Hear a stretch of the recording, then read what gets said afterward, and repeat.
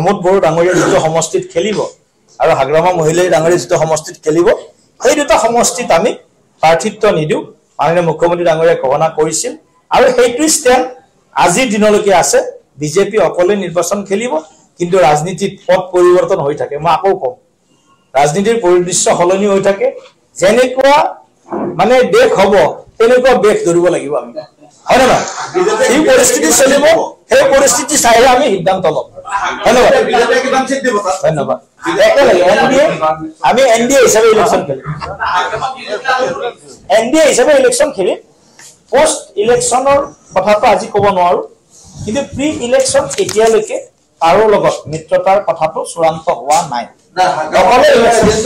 আপোনালোকৰ পাৰ্টি নিদিয়ে আপোনালোকে হাগ্ৰামাটো আদৰিবলৈ প্ৰস্তুতি চাওক এতিয়া ফ্লোৰ কোঅৰ্ডিনেশ্যনত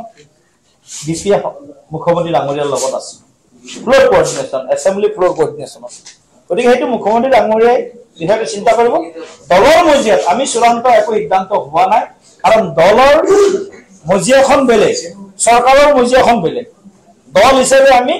আটাইকেইটা দলে বহি যদি আমি ভাবো যে হাগ্ৰামা ডাঙৰীয়াকো আনিব লাগে তেতিয়াহ'লে পৰৱৰ্তী সময়ত এইবিলাক চিন্তা হ'ব আজিৰ দিনত কিন্তু এনেকুৱা চিন্তা নাই এতিয়া হাগ্ৰামা মহিলা আৰু কাৰাগেষ্টত প্ৰাৰ্থিত্ব নিদিয়ে